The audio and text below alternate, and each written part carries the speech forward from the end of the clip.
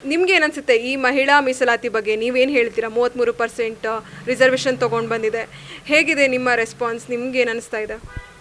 ಸ್ವಾಭಾವಿಕವಾಗಿ ಒಬ್ಬ ಮಹಿಳೆಯಾಗಿ ಅತ್ಯಂತ ಖುಷಿ ಇರುವಂಥ ಒಂದು ವಿಚಾರ. ಇದರ ಮೂಲಕ್ಕೆ ಹೋಗೋದಾದರೆ ಅಥವಾ ಇದರ ಬಗ್ಗೆ ಮಾತಾಡೋದಾದರೆ, ರಾಜೀವ್ ಗಾಂಧಿ ಅವರ ಒಂದು ಕನಸು ಇಡೀ ದೇಶದಲ್ಲಿ ಮಹಿಳೆಯರಿಗೆ ಅವರದ್ದೇ ಆದಂತಹ ಸ್ಥಾನಮಾನ ರಾಜಕೀಯವಾಗಿ ಸಿಗಬೇಕು ಮತ್ತು ಸರ್ಕಾರಿ ಹುದ್ದೆಗಳಲ್ಲಿ ಸಿಗಬೇಕು. ಹಾಗೂ ಕಾನ್ಸ್ಟಿಟ್ಯೂಷನಲ್ ಪೋಸ್ಟ್ ಅಂತಂದರೆ it's very clear. MLA, MP, ರಾಜ್ಯಸಭೆ, ವಿಧಾನ ಪರಿಷತ್ ಈ ರೀತಿಯಾದಂಥ ಪೋಸ್ಟ್ಗಳಿಗೆ ರಿಸರ್ವೇಷನ್ ಕೊಡಬೇಕು ಅನ್ನುವಂಥದ್ದು. ಸೊ ಅಂತಹ ಸಂದರ್ಭದಲ್ಲಿ PV ನರಸಿಂಹರಾವ್ ಅವರು ನಿಧನರಾದ ನಂತರ ರಾಜೀವ್ ಗಾಂಧಿ ಅವರು PV ನರಸಿಂಹರಾವ್ ಅವರು ಆ ಬಿಲ್ಲನ್ನು ತೆಗೆದುಕೊಂಡು ಬರ್ತಾರೆ. 243D ಅಡಿಯಲ್ಲಿ ಲೋಕಲ್ ಬಾಡಿಯಲ್ಲಿ, ಅಂದರೆ ನಾವೇನು ಸ್ಥಳೀಯ ಸಂಸ್ಥೆ ಚುನಾವಣೆಗಳು ಅಂತ ನಾವು ಕರಿತೀವಿ, ಅದರಲ್ಲಿ ಮಹಿಳಾ ಮೀಸಲಾತಿಯನ್ನು 33% ಅವತ್ತಿನ ದಿನ 1992ರಲ್ಲಿ ಕಾಂಗ್ರೆಸ್ ಪಕ್ಷ ಕೊಟ್ಟಿದ್ದಂಥದ್ದು. ಅದಾದ ನಂತರದಲ್ಲಿ ಲೋಕಸಭೆಗೂ ತರಬೇಕು ಅಂತ ಹೋದಾಗ ಸಾಕಷ್ಟು ತೊಡಕುಗಳಾಯಿತು. ಸರಿಸುಮಾರು 8ರಿಂದ 10 ಬಾರಿ ಈ ಬಿಲ್ ಸಂಪೂರ್ಣವಾಗಿ ಮಂಡನೆ ಆಗಿರುವಂಥದ್ದು. ಆದರೆ ಅದನ್ನು ವಿಪರ್ಯಾಸ ಅಂತಂದರೆ ಎಲ್ಲ ಪಕ್ಷದವರು, ನಾನು ಈ ಪಕ್ಷ ಆ ಪಕ್ಷ ಅಂತ ಮಾತಾಡೋದಕ್ಕೆ ಹೋಗೋದಿಲ್ಲ, ಎಲ್ಲ ಪಕ್ಷದವರು ಅದನ್ನು ವಿರೋಧ ವ್ಯಕ್ತಪಡಿಸಿದ್ದಂಥದ್ದು. 1 ಬಾರಿ ದೇವೇಗೌಡರು, 3 ಬಾರಿ ಅಟಲ್ ಬಿಹಾರಿ ವಾಜಪೇಯಿ ಅವರು, 4-5 ಬಾರಿ ಮನಮೋಹನ್ ಸಿಂಗ್ ಅವರು ಅದನ್ನು ಮಂಡನೆ ಮಾಡಿದಾಗಲೂ ಕೂಡ ಅದಕ್ಕೆ ಸೂಕ್ತವಾದಂತಹ ಒಂದು ಮನ್ನಣೆ ವ್ಯಕ್ತವಾಗಲಿಲ್ಲ. ಆಮೇಲೆ 2014ರಿಂದ ನಾವು ಅಧಿಕಾರದಲ್ಲಿರಲಿಲ್ಲ. ಇರಲಿ, ನರೇಂದ್ರ ಮೋದಿಯವರಿಗೆ ಸಂಪೂರ್ಣವಾದಂತಹ ಬೆಂಬಲ ಇತ್ತು. ಹೆಚ್ಚಿನ ಸಂಖ್ಯೆಯಲ್ಲಿ ಅವರು ದೇಶದ ಪ್ರಧಾನಮಂತ್ರಿಯಾಗಿ ಚುಕ್ಕಾಣಿ ಹಿಡಿದಿದ್ರು. 10 ವರ್ಷಗಳ ಕಾಲ ಡಿಲೇ ಆಯಿತು, 12 ವರ್ಷಗಳ ಕಾಲ ಅನ್ನುವಂಥದ್ದು ಒಂದು ಬೇಸರ ಇದ್ದರೂ ಕೂಡ ಇವತ್ತಿನ ದಿನಕ್ಕೆ ಮಹಿಳಾ ಮೀಸಲಾತಿ ಅನ್ನೋ ಬಿಲ್ ಪಾಸ್ ಆಗಿರುವಂಥದ್ದು, ಅದನ್ನು ಜಾರಿಗೆ ತೆಗೆದುಕೊಂಡು ಬರ್ತಾರೆ ಅನ್ನುವಂಥದ್ದು. ನಾವೀಗ ಮಾತಾಡ್ತಿರ್ಬೇಕಾದ್ರೂ ಆಲ್ರೆಡಿ ಪಾರ್ಲಿಮೆಂಟ್ನಲ್ಲಿ ಸೆಷನ್ ನಡೀತಾ ಇದೆ ಅದ್ರ ಬಗ್ಗೆ. ಸೊ ನನಗೂ ಕೂಡ ಬಹಳ ಕುತೂಹಲ ಇರುವಂಥದ್ದು, ಈ 3 ದಿನ ತರಾತುರಿಯಲ್ಲಿ ಯಾಕೆ ಸೆಷನ್ ಕರೆದಿದ್ದಾರೆ, ಏನು ನಡೆಯುತ್ತೆ ಅನ್ನುವಂಥದ್ದು. ಸೊ ಒಟ್ಟಾರೆಯಾಗಿ ಈ ನಾರಿ ಶಕ್ತಿಯಿಂದ ನಿಮಗೆ ಬಹುಮಟ್ಟದಲ್ಲಿ ಖುಷಿಯಾಗಿದೆ? ಖಂಡಿತವಾಗ್ಲೂ ಖುಷಿಯಾಗಿದೆ. ಆದರೆ ನನಗೆ ಕೆಲವೊಂದಿಷ್ಟು ಸವಾಲುಗಳಿದೆ. ಇವತ್ತಿನ ದಿನ 3 ದಿನಗಳ ಕಾಲ ಸ್ಪೆಷಲ್ ಸೆಷನ್ ಅಂತ ಕರೆದಿರುವಂಥದ್ದು. 2023 ಇನ್ನೇನು 2024ರಲ್ಲಿ ಚುನಾವಣೆಗೆ ಹೋಗ್ತಾರೆ ಅನ್ನುವಂಥ ಒಂದು ಸಂದರ್ಭದಲ್ಲಿ 23ರ ಹೊಸ್ತಿಲಲ್ಲಿ ಈ ಒಂದು ಬಿಲ್ಲನ್ನು ಮಂಡನೆ ಮಾಡ್ತಾರೆ. ಅದು ಪಾಸ್ ಆಗುತ್ತೆ ಲೋಕಸಭೆಯಲ್ಲಿ. ಆದರೆ ಅದಾದ ನಂತರದಲ್ಲಿ ನಮ್ಮ ದೇಶದಲ್ಲಿ ಸೆನ್ಸಸ್ ಆಗಿಲ್ಲ 2011ರ ನಂತರ ಅನ್ನುವಂಥದ್ದು ತಮಗೂ ಕೂಡ ಗೊತ್ತಿರುವಂಥ ವಿಚಾರ. ಸೊ ಇವತ್ತಿನ ದಿನ ಈ 3 ದಿನಗಳ ಕಾಲ ಯಾಕೆ ಇದರ ಬಗ್ಗೆ ಚರ್ಚೆ ಆಗ್ತಾ ಇರುವಂಥದ್ದು, ಇದರ ಮಾನದಂಡ ಏನು, ಇದನ್ನು ತೆಗೆದುಕೊಂಡು ಬಂದಿರುವಂಥದ್ದು 2011ರ ಸೆನ್ಸಸ್ ಪ್ರಕಾರವಾಗಿ ಅದನ್ನು ಜಾರಿಗೊಳಿಸ್ತಾರಾ ಅಥವಾ 2026ರಲ್ಲಿ ಈಗ ಆಲ್ರೆಡಿ ಸೆನ್ಸಸ್ಸನ್ನು ಶುರು ಮಾಡಿರುವಂಥದ್ದು ಕೇಂದ್ರ ಸರ್ಕಾರ. ಸೊ 2026ರ ಸೆನ್ಸಸ್ ಆಧಾರದ ಮೇಲೆ ಇದನ್ನು ಜಾರಿಗೊಳಿಸ್ತಾರಾ, ಇಲ್ಲವಾದಲ್ಲಿ ಇದರ ರಿಸರ್ವೇಷನ್ಗಳು ಹೇಗಿರುತ್ತೆ, OBC ರಿಸರ್ವೇಷನ್ ಏನಾದರೂ ಕೊಡ್ತಾರಾ? ಸೊ ಈ ರೀತಿಯಾದಂಥ ಸಾಕಷ್ಟು ಪ್ರಶ್ನೆಗಳಿದೆ. ಈ 3 ದಿನಗಳಲ್ಲಿ ಇದ್ರ ಬಗ್ಗೆ ಚರ್ಚೆ ಆಗಬಹುದೇನೋ ಪಾರ್ಲಿಮೆಂಟ್ನಲ್ಲಿ ಅನ್ನುವಂಥದ್ದು ನನಗೆ ಅನ್ನುವಂಥದ್ದು ನನಗೆ ಇನ್ನೂ ಕೂಡ ಗೊತ್ತಿಲ್ಲ, ಮಾಹಿತಿ ಬರಬೇಕಾಗಿದೆ. ಸೊ ಈ ಪಾರ್ಲಿಮೆಂಟ್ 3 ದಿನದ ಸೆಷನ್ ಕರೆದ ತಕ್ಷಣ ನಾವು ಇದನ್ನು ಸ್ವಾಗತ ಮಾಡ್ತಾ ಕಾಂಗ್ರೆಸ್ ಪಕ್ಷವಾಗಿ ನಾವು ಕೇಳಿದಂಥ ಮೊದಲನೇ ಪ್ರಶ್ನೆ, ವಾಟ್ ಈಸ್ ದಿ ಅಜೆಂಡಾ? ಚುನಾವಣೆ ಮಧ್ಯದಲ್ಲಿ ನೀವು ಈ ಸೆಷನ್ನ ತರಾತುರಿಯಲ್ಲಿ ಕರೆದಿದ್ದೀರಿ, ಇದರ ಅಜೆಂಡಾ ಏನು, ಇದ್ರ ಬಗ್ಗೆ ಏನು ಚರ್ಚೆ ಮಾಡಬೇಕು ಅಂತ ಹೊರಟಿದ್ದೀರಿ ಅನ್ನೋಂಥದ್ದು. ಆದರೆ ಆಲ್ ಸೆಡ್ ಆ್ಯಂಡ್ ಡನ್ ಇದೆಲ್ಲವನ್ನೂ ಕೂಡ ಹೊರತುಪಡಿಸಿದ್ರೆ, ರಾಜಕೀಯವನ್ನು ಪಕ್ಕಕ್ಕಿಟ್ಟು ಮಾತಾಡೋದಾದರೆ, ಮಹಿಳೆಯರಿಗೆ ಸಾಮಾನ್ಯವಾಗಿ ಬೇಕೋ ಬೇಡವೋ ತಾವು ಗೆಲ್ತೀವಿ ಅಥವಾ ತಾವು ರಾಜಕೀಯ ಕ್ಷೇತ್ರದಲ್ಲಿ ತಮ್ಮನ್ನು ತಾವು ಗುರುತಿಸ್ಕೊಳ್ಳೋದಕ್ಕೆ ಸಾಧ್ಯ ಇದ್ದರೂ ಕೂಡ ಎಷ್ಟೋ ಬಾರಿ ಅವಕಾಶಗಳು ಸಿಕ್ಕಿರೋದಿಲ್ಲ. ಸೊ ಈ 33% ಬಂದಾದಮೇಲೆ ಬೇಕೋ ಬೇಡವೋ ಮಹಿಳೆಯರನ್ನು ಹುಡ್ಕೊಂಬಂದು ಟಿಕೆಟ್ ಕೊಡಬೇಕಾಗತ್ತೆ. ಆದರೆ ಅದು 28ರ ಚುನಾವಣೆಗೆ ಜಾರಿಯಾಗುತ್ತಾ ಅಥವಾ 29ರ ಲೋಕಸಭೆ ಚುನಾವಣೆಗೆ ಜಾರಿಯಾಗುತ್ತಾ? ಸೊ ಇದರ ಮಾನದಂಡಗಳೇನು, ಇದನ್ನು ಹೇಗೆ ಕಾರ್ಯರೂಪಕ್ಕೆ ತೆಗೆದುಕೊಂಡು ಬರ್ತಾರೆ ಅನ್ನೋದನ್ನು ನೋಡಬೇಕಾಗಿದೆ. ಇದು ನಿಮಗೇನಾದರೂ ರಾಜಕೀಯ ಒಂದು ಸ್ಟ್ರಾಟಜಿ ಅಂತ ಅನಿಸುತ್ತಾ ಯಾವಾಗಾದರೂ? ಅಂದರೆ ನನ್ನ ಪರ್ಸನಲ್ ರಾಜಕೀಯಕ್ಕೆ ಸ್ಟ್ರಾಟಜಿ ಅಂತನಾ ಅಥವಾ ಓವರಾಲ್? ಇಲ್ಲ ಹಾಗೇನಿಲ್ಲ. ಮಹಿಳಾ ಸಬಲೀಕರಣ ಅನ್ನೋದು ಒಂದು ಮಾರ್ಕೆಟಿಂಗ್ ಸ್ಟ್ರಾಟಜಿ ಅಂತ ಎಲ್ಲಾದರೂ ಅನಿಸುತ್ತಾ ನಿಮಗೆ? 100%. ಯಾಕೆಂತಂದರೆ ಎಷ್ಟೋ ಬಾರಿ ನನಗೆ ವೈಯಕ್ತಿಕವಾಗಿ ಅನಿಸುವಂಥದ್ದು, ಅಂದರೆ ಈ ಬಿಲ್ ಮಂಡನೆಯಾಗಿ ಇದು ಕಾರ್ಯರೂಪಕ್ಕೆ ಬರ್ತಾ ಇರುವಂಥ ಒಂದು ಕಾರ್ಯಶೈಲಿಯನ್ನು ನೋಡಿದ್ರೆ ಇದು ಖಂಡಿತವಾಗ್ಲೂ ಒಂದು ಪೊಲಿಟಿಕಲ್ ಗಿಮಿಕ್ ಅಂತ ನಾನು ಯಾಕೆ ಕರೆಯೋದಕ್ಕೆ ಇಷ್ಟಪಡ್ತೀನಿ ಅಂತಂದರೆ, ನಾನು ಆಗಲೇ ಹೇಳಿದ ಹಾಗೆ 10 ವರ್ಷಗಳ ಕಾಲ ಸರಿಸುಮಾರು ಲೋಕಸಭೆಯಲ್ಲಿ ಪ್ಲಸ್ ಒಂದು 3-4 ವರ್ಷ ಆದ ನಂತರ ಅಂದರೆ 2016-17 ನಂತರದಲ್ಲಿ ರಾಜ್ಯಸಭೆಯಲ್ಲಿ ಎಲ್ಲ ಬಿಲ್ಗಳನ್ನು ಕೂಡ ಪಾಸ್ ಮಾಡಿಕೊಳ್ಳುವಂತಹ ಆ್ಯಂಡ್ ಯಾರ ಹಂಗೂ ಇಲ್ಲದೆ ಅಂದರೆ NDA ಅಲೈನ್ಸ್ಗಳ ಅವಶ್ಯಕತೆಯೂ ಕೂಡ ಇಲ್ಲದೆ ಹೊರಗಡೆಯಿಂದ ಸಪೋರ್ಟ್ ಕೂಡ ತೆಗೆದುಕೊಳ್ಳದೆ ಎಲ್ಲ ಬಿಲ್ಗಳನ್ನು ಕೂಡ ಪಾಸ್ ಮಾಡಿಕೊಳ್ಳುವಂತಹ ಒಂದು ಅಧಿಕಾರ ಮತ್ತು ಅವಕಾಶ ನರೇಂದ್ರ ಮೋದಿ ಸರ್ಕಾರಕ್ಕಿತ್ತು. ಆದರೆ 23 ಅಂಚಿನ ತನಕ 24 ಚುನಾವಣೆ ಬರೋ ತನಕ ಯಾಕಾದರೂ 24 ಚುನಾವಣೆ ಬಂದ ನಂತರದಲ್ಲೂ ಕೂಡ ಮೊನ್ನೆ ಗೆದ್ದು ಬಂದಿರುವಂಥದ್ದು 240 ಕ್ಷೇತ್ರಗಳಲ್ಲಿ ಜಯಬೇರಿ ಸಾಧಿಸಿರುವಂಥದ್ದು. ಸಂಪೂರ್ಣ ಮೆಜಾರಿಟಿ BJPಗೆ ಇಲ್ಲದಿದ್ದರೂ NDAಗಿದೆ. ಹಾಗಂತ ಇವತ್ತಿನ ದಿನ ಏನು ಅವ್ರನ್ನೇನು ಅಲ್ಗಳೆಯುವಂಥ ಪರಿಸ್ಥಿತಿಯಲ್ಲಿ NDA ಏನು ಇವತ್ತಿನ ದಿನ ಇಲ್ಲ. ಸೊ ಇವತ್ತಿನ ದಿನಕ್ಕೂ ಕೂಡ ಮಹಿಳಾ ಮೀಸಲಾತಿ ಬಗ್ಗೆ ಚರ್ಚೆಗಳು ನಡೀತಾ ಇದೆ. ಮಹಿಳಾ ಮೀಸಲಾತಿಗೋಸ್ಕರ ಒಂದು ಸ್ಪೆಷಲ್ ಸೆಷನನ್ನು ಕರೆಯಲಾಗಿದೆ.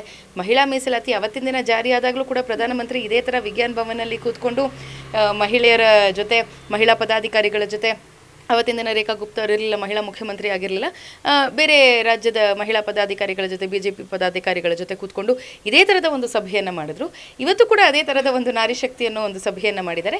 ಸಭೆಗಳನ್ನು ಮಾಡಿ ತಾವು ಪಾರ್ಲಿಮೆಂಟ್ನಲ್ಲಿ ಚರ್ಚೆಯನ್ನು ಮಾಡಿ, ನಾನು ಬೇಡ ಅಂತ ಹೇಳೋದಿಲ್ಲ, ಆದರೆ what is the mode of implementation is most important. ಯಾಕೆಂತಂದರೆ ಕೇವಲ ನಾರಿ ಶಕ್ತಿ ಅಂತ ಹೇಳ್ತಾ ಇದ್ದಾಗೆ women there is a very cliche word women empowerment. ಏನು ವುಮೆನ್ ಎಂಪವರ್ಮೆಂಟ್ ಅಂತಂದರೆ ನಾನು ಅದನ್ನು ಭಾಳ ಸತಿ ಯೋಚನೆ ಮಾಡ್ತೀನಿ. All women should be empowered ಅಂತ ಹೇಳ್ಬಿಡ್ತಾರೆ. ಏನು ಎಂಪವರ್ಮೆಂಟ್ ಅಂತಂದರೆ ಪ್ರತಿಯೊಬ್ಬ ಮಹಿಳೆಗೂ ತನ್ನದೇ ಆದಂತಹ ಎಂಪವರ್ಮೆಂಟ್ ಅನ್ನುವಂಥದ್ದು ಬಹಳ ಮುಖ್ಯ. ಆಕೆಯ ಚೌಕಟ್ಟಿನಲ್ಲಿ ಇರುವಂಥದ್ದು ಎಂಪವರ್ಮೆಂಟ್, ಆಕೆ ನೋಡುವಂಥ ದೃಷ್ಟಿಯಲ್ಲಿರುವಂಥ ಎಂಪವರ್ಮೆಂಟ್. ನನಗಿರುವಂಥ ವುಮೆನ್ ಎಂಪವರ್ಮೆಂಟ್ ಬೇರೆ, ತಮಗೆ ತಾವು ಬಯಸುವಂಥ ವುಮೆನ್ ಎಂಪವರ್ಮೆಂಟ್ ಬೇರೆ. ಸೊ ಪ್ರತಿಯೊಬ್ಬ ಮಹಿಳೆಯ ವೈಯಕ್ತಿಕ ಎಂಪವರ್ಮೆಂಟ್ ಆಕೆಯ ದೃಷ್ಟಿಕೋನದಲ್ಲಿ ಸಿಗುತ್ತಾ ಅನ್ನುವಂಥದ್ದು ಮಹಿಳಾ ಸಬಲೀಕರಣವೇ ಹೊರತು ನಾವು ಹಾಕೊಟ್ಟಿರುವಂತಹ ಚೌಕಟ್ಟಿನಲ್ಲಿ ಮಹಿಳೆ ಬಂದು ಕೂತ್ಕೊಂಡು ಅದು ಮಹಿಳಾ ಸಬಲೀಕರಣ ಅಂತಂದರೆ ಜಗತ್ತಿನಲ್ಲಿ ಅದು ಖಂಡಿತವಾಗಲೂ ಅದಕ್ಕೆ ಯಾವುದೇ ರೀತಿಯಾದಂಥ ಬೆಲೆ ಇರೋದಿಲ್ಲ.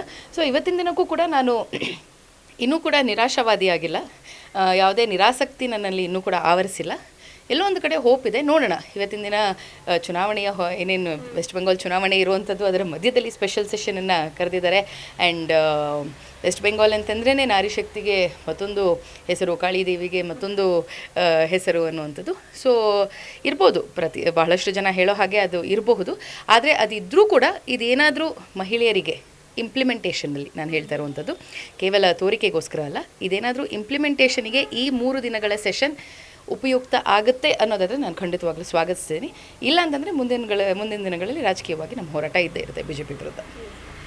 ಈಗ ನಾರಿ ಶಕ್ತಿ ಅನ್ನೋದೇ ಒಂದು ದೊಡ್ಡ ಅದು ಸ್ಕೀಮ್. ಅದರಲ್ಲಿ SC ST ಇತರೆ OBC ಇದು ಬೇಕಿತ್ತಾ ಅಂತ ನಿಮ್ಗೆ ಅನಿಸುತ್ತಾ? ಇಲ್ಲ, ನಾನಾಗಲೇ ಹೇಳಿದ ಹಾಗೆ ಯಾವಾಗ ಈ ಹಿಂದೆ ಮಂಡನೆಯಾಗಿತ್ತು ಬಿಲ್ 2012ರಲ್ಲಿ ಮಂಡನೆ ಆದಾಗ ಮತ್ತು 2008ರಲ್ಲೂ ಕೂಡ ಈ ಬಿಲ್ ಮಂಡನೆ ಆದಾಗ ಇದ್ದಂತಹ 2011 ನಂತರದಲ್ಲಿ ಸೆನ್ಸಸ್ನಲ್ಲಿ ಮಂಡನೆ ಆದ ನಂತರದಲ್ಲಿ ಪುರುಷ ಪ್ರಮಾಣ ಮತ್ತು ಮಹಿಳಾ ಪ್ರಮಾಣ ಈ ದೇಶದಲ್ಲಿ ಆಲ್ಮೋಸ್ಟ್ ಈಕ್ವಲ್. ಅಂದರೆ 1000 ಪುರುಷರಿದ್ದರೆ 933 940ರಷ್ಟು ಮಹಿಳೆ ಇದ್ದಾರೆ ಅನ್ನೋಂಥದ್ದು ಸೆನ್ಸಸ್ನಲ್ಲಿ ಬಂದಂಥದ್ದು. ಸೊ ಇದರ ಆಧಾರದ ಮೇಲೆ ಕ್ಷೇತ್ರಗಳು ಹೇಗೆ SC ST ಮತ್ತು ಮೀಸಲಾತಿಯ ಆಧಾರದ ಮೇಲೆ ವಿಂಗಡಣೆ ಆಗಿದೆಯೋ ಈ ಬಿಲ್ಲನ್ನು ಜಾರಿಗೆ ತೆಗೆದುಕೊಂಡು ಬಂದಾಗ ಇಲ್ಲೂ ಕೂಡ ವಿಂಗಡಣೆ ಆಗಬೇಕು ಅನ್ನುವಂಥದ್ದು. ಎಷ್ಟೋ ಬಾರಿ ಏನಾಗ್ಬಿಡುತ್ತೆ, ನಾವು OBC ರಿಸರ್ವೇಷನ್ ಕೊಡದಿದ್ದಾಗ ಅಥವಾ SC ST ರಿಸರ್ವೇಷನ್ ಕೊಡದಿದ್ದಾಗ ಕೇವಲ ಆ ಕ್ಷೇತ್ರದಲ್ಲಿ, ಫಾರ್ ಎಕ್ಸಾಂಪಲ್ ಈಗ ಇವತ್ತಿನ ದಿನ ನಮ್ಮ ಬೆಂಗಳೂರಿನಲ್ಲಿರುವಂತಹ 4 ಕ್ಷೇತ್ರಗಳಲ್ಲಿ ಯಾವುದೋ ಒಂದು ಕ್ಷೇತ್ರ ಮೀಸಲಿತ್ತು ಅನ್ನೋದಾದರೆ ಪಾರ್ಲಿಮೆಂಟಿಗೆ, ಇಲ್ಲ ಅಂತಂದರೆ ಇಡೀ ನಮ್ಮ ಕರ್ನಾಟಕದಲ್ಲಿ ಇರುವಂತಹ ಕ್ಷೇತ್ರಗಳಲ್ಲಿ, ಈಗ ಫಾರ್ ಎಕ್ಸಾಂಪಲ್ ಚಿತ್ರದುರ್ಗ ಮೀಸಲಿರುವಂತಹ ಕ್ಷೇತ್ರ, ಕಲ್ಯಾಣ ಕರ್ನಾಟಕದಲ್ಲಿ ಒಂದು ಮೀಸಲಿರುವಂಥ ಒಂದು ಕ್ಷೇತ್ರ, ಸೊ ಅಂದರೆ SC STಗೆ ನಾನು ಹೇಳ್ತಾ ಇರುವಂಥದ್ದು. ಸೊ ಈ ರೀತಿಯಾದಂಥ ಕ್ಷೇತ್ರಗಳಲ್ಲಿ ಮಾತ್ರ ನಾವು 33% ಬಂದಂಥ ಸಂದರ್ಭದಲ್ಲಿ ಅದರಲ್ಲೂ ಕೂಡ ದಲಿತ ಮಹಿಳೆಯನ್ನು ಅಲ್ಲಿಗೆ ಮಹಿಳಾ ಮೀಸಲಾತಿ ಬಂದಿದ್ದಲ್ಲಿ ಆ ಕ್ಷೇತ್ರಕ್ಕೆ ನಿಲ್ಲಿಸುವಂಥ ಒಂದು ಸಾಧ್ಯತೆ ಇರುತ್ತೆ. ಇಲ್ಲ ಅಂತಂದರೆ it will be only the prerogative of the party whosoever is giving the ticket. ಅದು ಕಾಂಗ್ರೆಸ್ ಆಗಿರ್ಬೋದು, BJP ಆಗಿರ್ಬೋದು, ಕರ್ನಾಟಕದ ಮಟ್ಟಿಗೆ JDS ಆಗಿರಬಹುದು. ಸೊ ಅವರು ಯೋಚನೆ ಮಾಡಿದಲ್ಲಿ ಮಾತ್ರ SC STಗೆ ಅಥವಾ ಇತರೆ ಅಂದರೆ ಆಂಗ್ಲೋ ಇಂಡಿಯನ್ಸ್ ಆಗಿರಬಹುದು ಅಥವಾ ಮುಸಲ್ಮಾನರಾಗಿರಬಹುದು, ಕ್ರೈಸ್ತ ಧರ್ಮದವರಾಗಿರಬಹುದು, ಅವರಿಗೆ ಕೊಡುವಂತಹ ಸಾಧ್ಯತೆ ಇರುತ್ತೆ ಹೊರತು ಇಲ್ಲವಾದಲ್ಲಿ ಇದಕ್ಕೆ ಒಂದು ಪೂರ್ಣ ಪ್ರಮಾಣದ ಒಂದು ಸ್ವರೂಪ ಸಿಗೋದಿಲ್ಲ ಅನ್ನೋ ಒಂದು ಕಾರಣಕ್ಕೆ ಇಲ್ಲ ಯಾಕೆ ರಿಸರ್ವೇಷನ್ ಇದರಲ್ಲೂ ಕೂಡ ಮಹಿಳಾ ಮೀಸಲಾತಿ ತರ್ತಾ ಇದ್ದೀವಿ ಅಂತಂದರೆ 33%ಅಲ್ಲಿ ಇಂತಿಷ್ಟು ಪರ್ಸೆಂಟ್ ಅನ್ನುವಂಥದ್ದು SC/ST ಗೆ ನಾವು ರಿಸರ್ವ್ ಮಾಡಬಾರ್ದು ಅನ್ನುವಂಥದ್ದು ನಮ್ಮ ವಾದ ಅವತ್ತಿಂದನೇ ಆಗಿತ್ತು. ನಾನು ಆಗಲೇ ಹೇಳಿದ ಹಾಗೆ ಬಿಲ್ ಅನ್ನೋದು ಒಂದು ಮಂಡನೆ ಆಗಿದೆ, ಆದರೆ ಇದನ್ನು ಇಂಪ್ಲಿಮೆಂಟೇಷನ್ ಹೇಗೆ ತೆಗೆದುಕೊಂಡು ಬರ್ತಾರೆ, ಬಿಕಾಸ್ ಇವಾಗ ಆಲ್ರೆಡಿ ನಾವು ಡಿಲಿಮಿಟೇಷನ್ ಬಗ್ಗೆ ಮಾತಾಡ್ತಾ ಇದ್ದೀವಿ. ಸೊ ಡಿಲಿಮಿಟೇಷನ್ ಹೇಗಾಗುತ್ತೆ, ಕರ್ನಾಟಕದಲ್ಲಿ ಕ್ಷೇತ್ರಗಳು ಎಷ್ಟು ಜಾಸ್ತಿ ಆಗುತ್ತೆ ಅಥವಾ ದಕ್ಷಿಣ ಭಾರತದಲ್ಲಿ ಕ್ಷೇತ್ರಗಳು ಎಷ್ಟು ಜಾಸ್ತಿ ಆಗುತ್ತೆ, this is all together different topic. Because ಯಾಕೆಂತಂದರೆ ಡಿಲಿಮಿಟೇಷನ್ ಬಗ್ಗೆ ಮಾತಾಡೋದಾದರೆ ದಕ್ಷಿಣ ಭಾರತಕ್ಕೆ ಆಲ್ರೆಡಿ ಅನ್ಯಾಯ ಆಗ್ತಾ ಇದೆ ಅನ್ನುವಂಥ ಒಂದು ಕೂಗು ದಕ್ಷಿಣ ಭಾರತದಿಂದ ಜೋರಾಗಿ ಕೇಳಿ ಬರ್ತಾ ಇರುವಂಥದ್ದು. ಯಾಕೆಂದರೆ ಸ್ವಾಭಾವಿಕವಾಗಿ ನಮ್ಮಲ್ಲಿ ಪಾಪ್ಯುಲೇಷನ್ ಕಡಿಮೆ ಇರುವಂಥದ್ದು, ನಾವು ಏನೋ ಹೆಚ್ಚಿನ ಒತ್ತನ್ನು ಇಲ್ಲಿ ಎಜುಕೇಷನ್ಗೆ ಕೊಟ್ಟಿರುವಂಥದ್ದು. ಅವತ್ತಿನ ದಿನ ಅಲ್ಲಿ ನಮಗೆ ಗೊತ್ತಿರುವಂಥದ್ದು ಉತ್ತರ ಪ್ರದೇಶದಲ್ಲಿ ಆಲ್ಮೋಸ್ಟ್ 8ರಿಂದ 10 ಕೋಟಿ ಒಂದು ಭಾಗದಲ್ಲಿ ಇರುವಂಥ ಒಂದು ಪಾಪ್ಯುಲೇಷನ್ನು. ಸೊ ಆದರೆ ದಕ್ಷಿಣ ಭಾರತದಲ್ಲಿ ಆ ಥರ ಇಲ್ಲ. ಉತ್ತರ ಪ್ರದೇಶ 3 ವಿಭಾಗವನ್ನು ಸೇರಿಸಿದ್ರೆ 24ರಿಂದ 25 ಕೋಟಿ ಪಾಪ್ಯುಲೇಷನ್ ಇರುವಂಥ ಒಂದು ರಾಜ್ಯ ಉತ್ತರ ಪ್ರದೇಶ. ಸೊ ಈ ರೀತಿಯಾದಂತಹ ಸಂದರ್ಭದಲ್ಲಿ ಇವತ್ತಿನ ದಿನವೇ ನಾನು ಹೇಳ್ತಾ ಇರುವಂಥದ್ದು, ನೀವು ಇದರ ಅವಧಿಯನ್ನು 15 ವರ್ಷಗಳಿಗೋಸ್ಕರ ಇಟ್ಕೊಂಡಿದ್ದೀರಿ ಮಹಿಳಾ ಮೀಸಲಾತಿ ಅನ್ನುವಂಥದ್ದು, ಮತ್ತೆ ಅದು ಬದಲಾಗುತ್ತೆ ಅನ್ನುವಂಥದ್ದು, ಕ್ಷೇತ್ರಗಳು ಬದಲಾಗುತ್ತೆ ಅನ್ನುವಂಥದ್ದು. ಸೊ ಆ ರೀತಿ ಮಾಡಿದಾಗ SC/ST ರಿಸರ್ವೇಷನನ್ನು ಕೂಡ ತೆಗೆದುಕೊಂಡು ಬಂದರೆ ಅದರಲ್ಲಿ ತಪ್ಪೇನೂ ಇಲ್ಲ. ಬಟ್ OBC ರಿಸರ್ವೇಷನ್ ಬಗ್ಗೆ ಅವ್ರು ಯೋಚನೆ ಮಾಡ್ತಾ ಇದ್ದಾರಾ, ಅದನ್ನು ಜಾರಿಗೆ ತರಬೇಕು ಅಂತಿದ್ದಾರಾ, ಇದನ್ನು ಕೂಡ ಯೋಚನೆ ಮಾಡಬೇಕಾಗಿರುವಂಥ ಒಂದು ವಿಚಾರ. ನಾನು ಆಗಲೇ ಹೇಳಿದ ಹಾಗೆ ಪಾರ್ಲಿಮೆಂಟ್ನಲ್ಲಿ ಇದು ಕೇವಲ 3 ದಿನದ ತೋರುಪಡಿಕೆಯ ಸೆಷನ್ ಆಗದಿರ ಇದೆಲ್ಲದಕ್ಕೂ ಕೂಡ ಉತ್ತರ ಕೊಡಬೇಕಾಗಿದೆ ಕೇಂದ್ರ ಸರ್ಕಾರ. ಇವತ್ತಂದರೆ ಫುಲ್ ಪಾಯಿಂಟ್ ಡಿಬೇಟ್ ಆಗಬೇಕಾಗಿದೆ. And what is the mode of implementation, ನಾವು ಹೀಗೆ ಇದನ್ನು ಇಂಪ್ಲಿಮೆಂಟ್ ಮಾಡ್ತಾ ಇದ್ದೀವಿ, ಇದನ್ನು 28ಕ್ಕೆ ತಗೊಂಬರ್ತಾ ಇದ್ದೀವಿ, ಇಲ್ಲ ಇದನ್ನು 29ಕ್ಕೆ ತಗೊಂಬರ್ತಾ ಇದ್ದೀವಿ, ನಮ್ಮಲ್ಲಿ ಮಹಿಳೆಯರ ಸಂಖ್ಯೆ ಎಷ್ಟಿದೆ, ನಮ್ಮಲ್ಲಿ ಪುರುಷರ ಸಂಖ್ಯೆ ಎಷ್ಟಿದೆ, ಈ ಕ್ಷೇತ್ರದಲ್ಲಿ ಇಷ್ಟಿದೆ, ಈ ಕ್ಷೇತ್ರದಲ್ಲಿ ಇಷ್ಟಿದೆ. ಸೊ ಈ ರೀತಿಯಾದಂತಹ ಸೆನ್ಸಸ್ ಡೇಟಾವನ್ನು ಕೊಟ್ಟು ಇದನ್ನು ಇಂಪ್ಲಿಮೆಂಟ್ ಮಾಡಿದ್ರೆ it is going to be actually implementable. ಇಲ್ಲ ಅಂತಂದರೆ ಇದು ಅಗೇನ್ ಈಗ ಹೇಗೆ ಕಳೆದ ಒಂದು 33 ವರ್ಷಗಳ ಹೋರಾಟ ಇತ್ತು, ಇನ್ನು ಮುಂದಿನ 33 ವರ್ಷಗಳ ಕಾಲ ಇದೇ ರೀತಿಯಾದಂಥ ಹೋರಾಟ ಇರುತ್ತೆ. ಈಗ ಈ ಮೀಸಲಾತಿಯಿಂದ ಹೆಣ್ಮಕ್ಳಿಗೆ ಸಾಮರ್ಥ್ಯ ಇಲ್ಲ ಅಂತ ಪ್ರೂವ್ ಮಾಡೋದೇನಾದರೂ ಡ್ರಾಮಾ ನಡೀತಾ ಇದೆಯಾ ಅಂತ? ಇಲ್ಲ, ನನಗೆ ವೈಯಕ್ತಿಕವಾಗಿ ನಾನು ಕೇಳಿದಾಗ, ಅಂದರೆ this is my personal opinion, ಸಾಕಷ್ಟು ಜನ ನನಗೆ ಈಗ ಅಂದರೆ ಯಾವಾಗ ಮಹಿಳಾ ಮೀಸಲಾತಿ ಬಗ್ಗೆ ಚರ್ಚೆ ನಡೀತಾ ಇತ್ತು ಅವತ್ತಿನ ದಿನ ಆವಾಗ ಹೇಳ್ತಾ ಇದ್ದಂಥದ್ದು, ಇನ್ನೇನು ರಿಸರ್ವೇಷನ್ ಬಂತು, ನಿಮ್ಗಳಿಗೆಲ್ಲ ರಿಸರ್ವೇಷನ್ ಸಿಕ್ಬಿಡುತ್ತೆ. ನಾನು ಎಷ್ಟೋ ಬಾರಿ ಹೇಳಿದ್ದೀನಿ, ಇಲ್ಲ, ರಿಸರ್ವೇಷನ್ ತೊಗೊಂಡು ನಾನು ರಾಜಕೀಯವಾಗಿ ಏನೋ ಸಾಧಿಸಬೇಕು ಅನ್ನೋದಿಲ್ಲ. ಆದರೆ but reservation is always a push, reservation is important. ಯಾಕೆ ಅಂತಂದರೆ ನಿಮ್ಗೆ ಎಷ್ಟೋ ಬಾರಿ ಹೇಗಾಗ್ಬಿಡುತ್ತೆ ಅಂತಂದರೆ ರಿಸರ್ವೇಷನ್ ಇಲ್ಲ ಅಂತಂದರೆ, ಈಗ ಹೇಗೆ ಇದು ಈ ಹಿಂದೆ ನಮ್ಮ ನೆನೆ ತಾನೇ ನಾವು BR ಅಂಬೇಡ್ಕರ್ ಅವರ ಜನ್ಮ ದಿನವನ್ನು ಆಚರಿಸಿರುವಂಥದ್ದು, ಅವರ ಜಯಂತಿಯನ್ನು ಆಚರಿಸಿರುವಂಥದ್ದು. ಸೊ ಹೇಗೆ ಅದಕ್ಕೆ ಒಂದು ಒತ್ತನ್ನು ಕೊಟ್ಟು ಅದನ್ನು ಸಾಂವಿಧಾನಿಕವಾಗಿ ಅದು ಮ್ಯಾಂಡೇಟ್ ಅಂತ ಮಾಡದೇ ಇದ್ದಿದ್ದರೆ ಇವತ್ತಿನ ದಿನ ಎಲ್ಲೂ ಕೂಡ ಅವರನ್ನು ಉತ್ತೀರ್ಣಗೊಳಿಸೋದಕ್ಕೆ ಸರ್ಕಾರದ ಮಟ್ಟದಲ್ಲಿ ಸಾಮಾಜಿಕ ಮಟ್ಟದಲ್ಲಿ ಸಾಧ್ಯ ಆಗ್ತಿರ್ಲಿಲ್ವೋ. ಸೊ ಮಹಿಳಾ ಮೀಸಲಾತಿಯಲ್ಲೂ ಕೂಡ ಹಾಗೆ ಆಗಿಬಿಡಿದೆ ಅಂತ ನನಗೆ ಅನಿಸುವಂಥದ್ದು. ಬಿಕಾಸ್ ಎಷ್ಟೋ ಜನ ಇವತ್ತಿನ ದಿನ ರಾಜಕೀಯ ವಲಯದಲ್ಲಿ ಇದ್ದಂಥವ್ರು, ಅಫ್ಕೋರ್ಸ್ ನಾವು ಯಾವತ್ತೂ ಅಂದರೆ talking about my personal thing, ನಾನು ಯಾವ ರಾಜಕೀಯ ಹಿನ್ನೆಲೆಯಿಂದನೂ ಬಂದಿಲ್ಲ ಅಥವಾ ಯಾವತ್ತೂ ಕೂಡ ರಾಜಕೀಯವಾಗಿ ನನ್ನನ್ನು ನಾನು ಗುರುತಿಸ್ಕೊಳ್ತೀನಿ ಅಥವಾ ಸಮಾಜದಲ್ಲಿ ರಾಜಕೀಯವಾಗಿ ನಾನು ಪಾದಾರ್ಪಣೆ ಮಾಡ್ತೀನಿ ಅಂತ ನಾನು ಯಾವತ್ತೂ ಕೂಡ ಅಂದ್ಕೊಂಡಿರಲಿಲ್ಲ. ಸೊ ನನಗೆ ಯಾವತ್ತೂ ಅಂದರೆ ನನಗೆ ಇದರ ಒಂದು ಇವತ್ತಿನ ದಿನ ನಮ್ಮ ಎಷ್ಟೋ ಜನ ನಮ್ಮ MLAಗಳು ಹೇಳುವಂಥದ್ದು, ಅವರು ಒಂದು ಟಿಕೆಟ್ ತೆಗೆದುಕೊಳ್ಬೇಕಾದ್ರೆ ಎಷ್ಟು ಕಷ್ಟಪಟ್ಟಿದ್ರು, despite whatever their calibres, whatever their past record is or influences. So ಅದನ್ನೆಲ್ಲ ನೋಡಿದಾಗ ಹೌದು ಇರಬಹುದೇನೋ ಅಂತ ಅನ್ಸುತ್ತೆ. ಬಟ್ ನನ್ನ ಪರ್ಸ್ನಲ್ ಒಪಿನಿಯನಲ್ಲಿ ನನ್ನನ್ನು ಕೇಳೋದಾದರೆ ನನಗೆ ಯಾವತ್ತೂ ಅನಿಸಿರುವಂಥದ್ದು, ಆಯಿತು ಮಹಿಳಾ ಮೀಸಲಾತಿ ಬಂದರೆ ಸಂತೋಷ, ಬಟ್ ಮಹಿಳಾ ಮೀಸಲಾತಿಯಿಂದನೇ ಮಹಿಳೆಯರಿಗೆ ರಾಜಕೀಯವಾಗಿ ಅವ್ರು ಬೆಳೆಯೋದಕ್ಕೆ ಸಾಧ್ಯ ಇಲ್ಲ, ರಾಜಕೀಯವಾಗಿ ಬೆಳೆಯೋದಕ್ಕೆ ಸಾಧ್ಯ ಅನ್ನೋದಂತೂ ಸುಳ್ಳು. ಎಷ್ಟೋ ಜನ ಮಹಿಳೆಯರು ಇವತ್ತಿನ ಜಯಲಲಿತಾ ಬಗ್ಗೆ ಮಾತಾಡೋದಾದರೆ, ಮಾಜಿ ಪ್ರಧಾನಮಂತ್ರಿಗಳಾದಂಥ ಇಂದಿರಾ ಗಾಂಧಿಯವ್ರ ಬಗ್ಗೆ ಮಾತಾಡೋದಾದರೆ, ಚುನಾವಣೆಯನ್ನು ಎದುರಿಸ್ತಾ ಇರುವಂಥ ಮಮತಾ ಬ್ಯಾನರ್ಜಿಯವ್ರ ಬಗ್ಗೆ ಮಾತಾಡೋದಾದರೆ, ಯಾವ ಮಹಿಳಾ ಮೀಸಲಾತಿಯೂ ಕೂಡ ಇರಲಿಲ್ಲ. ಕೇವಲ ಅವರ ಒಂದು ಹೋರಾಟದಿಂದನೇ ಅವರೆಲ್ಲರೂ ಕೂಡ ಬಂದಿರುವಂಥದ್ದು. ಮಹಿಳೆಯರು ಅಂತಂದ್ರೇ ಹೋರಾಟ at the end of the day, ಏನು ಮನೆಯಲ್ಲಿ ಹೋರಾಟ, ಹೊರಗಡೆ ಹೋರಾಟ, ಪುರುಷ ಪ್ರಧಾನ ಸಮಾಜ ಅಂತಂದರೂ ಕೂಡ ಆ್ಯಕ್ಚುಲಿ ನಮ್ಮ ದೇಶ ಮಹಿಳಾ ಪ್ರಧಾನ ಸಮಾಜ ಅಂತ ನಾನು ಹೇಳೋಕ್ಕೆ ಇಷ್ಟಪಡ್ತೀನಿ. ಯಾಕೆ ಅಂತಂದರೆ ಪ್ರಾಧಾನ್ಯತೆ ಪುರುಷರಿಗಿರಬಹುದು, ಆದರೆ ಅದನ್ನು ಅದನ್ನು ಸಾಕಾರಗೊಳಿಸೋದ್ರಲ್ಲಿ ಅಥವಾ ಇಡೀ ಯಾವುದೇ ಒಂದು ಕ್ಷೇತ್ರದಲ್ಲಿ ತೆಗೆದುಕೊಳ್ಳಿ, ತಾವು ಮನೆಯಿಂದ ಹಿಡಿದು ಆಫೀಸ್ ತನಕ in any field for that matter, ಮಹಿಳೆ ತನ್ನ ತನ್ನ ಹಕ್ಕಿಗಾಗಿ equal pay for equal work ಅಂತ ಆಗಿರಬಹುದು, equal positions at the right age ಅನ್ನೋದಾಗಿರಬಹುದು, ಅಥವಾ ಇವತ್ತಿನ ದಿನ ಸಿನಿಮಾ ಇಂಡಸ್ಟ್ರಿಯಲ್ಲಿ ನಾವು ನೋಡುವಂಥದ್ದಾಗಿರಬಹುದು. ಹೀರೋಯಿನ್ ಎಷ್ಟು ಮುಖ್ಯವೋ ಆಕೆಗೆ ಸಂಭಾವನೆಯೂ ಕೂಡ ಅಷ್ಟೇ ಮುಖ್ಯ. ಯಾಕೆಂತಂದರೆ ಹೀರೋಯಿನ್ ಮಧ್ಯೆ ಯಾವುದೇ, ನಾವು ಹೀರೋ ಅಂತ ಹೇಳ್ತೀವಿ, ಹೀರೋಯಿನ್ ಅಂತ ಹೇಳ್ತೀವಿ, ಬಟ್ ವೈ ದಟ್ ಡಿಸ್ಪ್ಯಾರಿಟಿ ಅನ್ನೋವಂಥದ್ದಾಗಿರಬಹುದು. ರಾಜಕೀಯವಾಗೂ ಕೂಡ ಇವತ್ತಿನ ತನಕ ಕರ್ನಾಟಕಕ್ಕೆ ಒಬ್ಬ ಮಹಿಳಾ ಮುಖ್ಯಮಂತ್ರಿಯನ್ನು ನಾವು ಕೊಡಲಿಕ್ಕೆ ಸಾಧ್ಯ ಆಗಲಿಲ್ಲ, ನೋಡೋದಕ್ಕೆ ಸಾಧ್ಯ ಆಗಲಿಲ್ಲ. ಸೊ ಇಂತಹ ಒಂದು ಪ್ರಶ್ನೆಗಳು ಬಂದಾಗ ಮಹಿಳಾ ಮೀಸಲಾತಿ ಹೌದಪ್ಪ ಎಲ್ಲೋ ಬೇಕೇನೋ ಅಂತ ಅನ್ಸುತ್ತೆ. But all said and done ನನಗಂತೂ ಒಂದಂತೂ ಸ್ಪಷ್ಟ, 33% ಬಂದಿದೆ. ಇವಾಗ ಬರಲಿ ಬರದೇ ಇರಲಿ, ಹೋರಾಟ ಮಾಡೋದ್ರಲ್ಲಿ ಯಾವತ್ತೂ ನಮ್ಮ ಮಹಿಳೆಯರು ಹಿಂದೆ ಉಳಿದಿಲ್ಲ. ಯಾವತ್ತೂ ಕೂಡ ತಮ್ಮನ್ನು ತಾವು ಜಗತ್ತಿಗೆ ಪ್ರೂವ್ ಮಾಡ್ಕೊಳ್ಳೋದ್ರಲ್ಲಿ ಹಿಂದೆ ಉಳಿದಿಲ್ಲ. ಮತ್ತು ರಾಜಕೀಯವಾಗಲಿ ಯಾವುದೇ ಕ್ಷೇತ್ರದಲ್ಲಾಗಲಿ, ಎಸ್ಪೆಷಲಿ ರಾಜಕೀಯವಾಗಿ ಮಾತಾಡೋದಾದರೆ ರಾಜಕೀಯವಾಗಿ ಹೋಗಿ ಟಿಕೆಟ್ ಕೇಳೋದ್ರಲ್ಲಾಗಲಿ, ಪಕ್ಷ ಸಂಘಟನೆಯಲ್ಲಾಗಲಿ, ಎಲ್ಲ ಪಕ್ಷದ ಮಹಿಳಾ ವಿಂಗಗಳ ಬಗ್ಗೆ ಕೂಡ ನಾನು ಮಾತಾಡ್ತೀನಿ. ಇಂಥದ್ದು ಅಂಥದ್ದು ಅನ್ನೋದಲ್ಲ. ಸೊ ಹೋರಾಟ ಮಾಡೋದ್ರಲ್ಲಾಗಲಿ, ಪಕ್ಷ ಸಂಘಟನೆಯಲ್ಲಾಗಲಿ, ಸ್ಥಳೀಯ ಮಟ್ಟದ ಚುನಾವಣೆಗಳಲ್ಲಿ ತಮ್ಮನ್ನು ತಾವು ರೆಪ್ರೆಸೆಂಟ್ ಮಾಡ್ಕೊಳ್ಳೋದರಲ್ಲಾಗಲಿ, ಸೊ ಯಾವುದ್ರಲ್ಲೂ ಕೂಡ ಹಿಂದೆ ಉಳಿದಿಲ್ಲ. ಬಟ್ ಇದು ಬಂದರೆ ಇಟ್ಸ್ ನಥಿಂಗ್ ಲೈಕ್ ಇಟ್. ಈಗ ಗ್ರಾಮ ಪಂಚಾಯತ್ತು ಕೆಲವೊಂದಷ್ಟು ಸಣ್ಣ ಪುಟ್ಟ ಕ್ಷೇತ್ರಗಳಲ್ಲಿ ಮಹಿಳೆಯರನ್ನ ಗೆಲ್ಲಿಸಿ ಅವರ ಗಂಡಂದರು ಆಡಳಿತ ಮಾಡೋ ಥರ ನಾವು ಸುಮಾರು ನೋಡಿದ್ದೀವಿ, ಘಟನೆಗಳನ್ನು ನೋಡಿದ್ದೀವಿ, ಆ ಥರ ನಡೀತಾ ಇದೆ ಕೂಡ. ಮುಂದಿನ ದಿನಗಳಲ್ಲಿ 33% ಜಾರಿ ಬಂದರೆ ಏನೆಲ್ಲ ಆಗ್ಬೋದು ಅವಘಡಗಳು? ಇದ್ರ ಬಗ್ಗೆ ನಿಮ್ಮ ಅನಿಸಿಕೆ ಏನು? ಇಲ್ಲ, ನಾನು ಆಗಲೇ ಹೇಳಿದ ಹಾಗೆ ನಾನು ಯಾವುದೇ ರಾಜಕೀಯ ಹಿನ್ನೆಲೆಯಿಂದ ಬಂದಿಲ್ಲ. ಸೊ ಹಾಗಾಗಿ ನನ್ನ ಹಿಂದೆ ಮತ್ತು ನನ್ನ ಮುಂದೆ ಯಾರೂ ಕೂಡ ರಾಜಕೀಯಕ್ಕೆ ಬರುವಂಥ ಸಾಧ್ಯತೆಗಳು ಸದ್ಯಕ್ಕಂತೂ ಕಾಣಿಸ್ತಿಲ್ಲ. ಬಟ್ ಸತ್ಯ ಇದು, ಬೇಕು ಅಂದರೂ ಅಷ್ಟೇ, ಬೇಡ ಅಂತಂದರೂ ಅಷ್ಟೇ, ಸಮಾಜದ ಒಂದು ಕಟು ಸತ್ಯ ಆಗೋಗಿದೆ.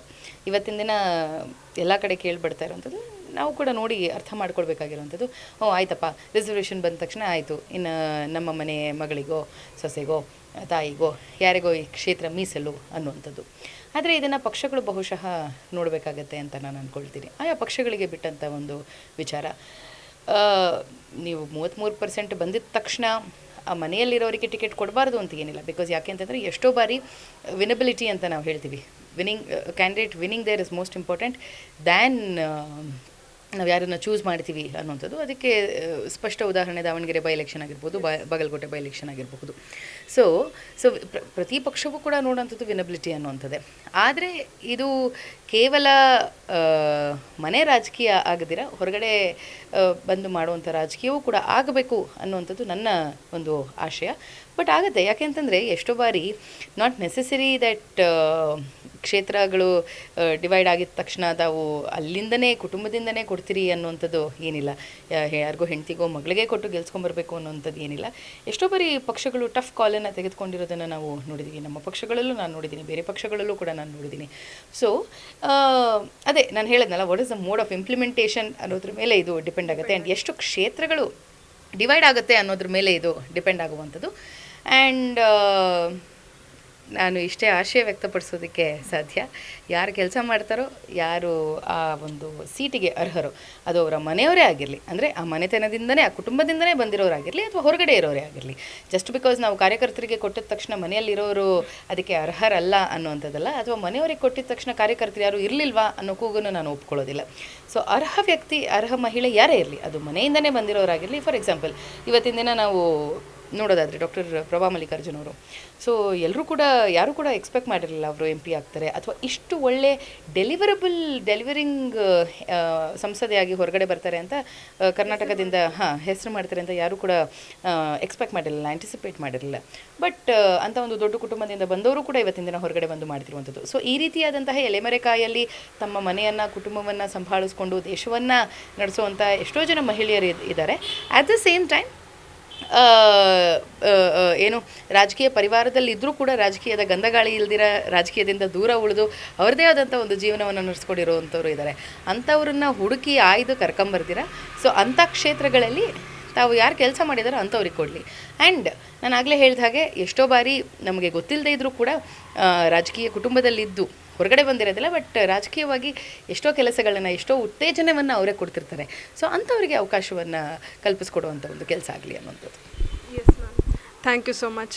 ಸೊ ಒಟ್ಟಾರೆಯಾಗಿ ನಿಮಗೆ ಈ 33 ಮೀಸಲಾತಿ ಖುಷಿ ತಂದಿದೆ? ಖಂಡಿತ ನಾನು ಆಗಲೇ ಹೇಳಿದ ಹಾಗೆ ಆ್ಯಸ್ ಅ ವುಮೆನ್ ಮಹಿಳೆಯಾಗಿ ನನಗೆ 33% ಮೀಸಲಾತಿ ನಿಜವಾಗ್ಲೂ ಖುಷಿ ತಂದಿದೆ. ಇದರಲ್ಲಿ ಯಾವುದೇ ಅನುಮಾನ ಇಲ್ಲ. ಆದರೆ 33% ಮಾನದಂಡ ಆಗಬಾರ್ದು ಮಹಿಳೆಯರನ್ನು ರಾಜಕೀಯಕ್ಕೆ ಕರ್ಕೊಂಬರೋದಕ್ಕೆ. 33% ಇರಲಿ ಇಲ್ಲದೇ ಇರಲಿ, ಮಹಿಳೆಯರು ರಾಜಕೀಯ ಕ್ಷೇತ್ರದಲ್ಲಿ ಮತ್ತು ಎಲ್ಲ ಕ್ಷೇತ್ರದಲ್ಲಿ ಅತಿ ಮುಖ್ಯ. ಇದನ್ನು ಆದಷ್ಟು ಬೇಗ ಎಲ್ಲರೂ ಕೂಡ ಅರ್ಥ ಮಾಡ್ಕೋಬೇಕಾಗಿದೆ. Thank you so much ma'am.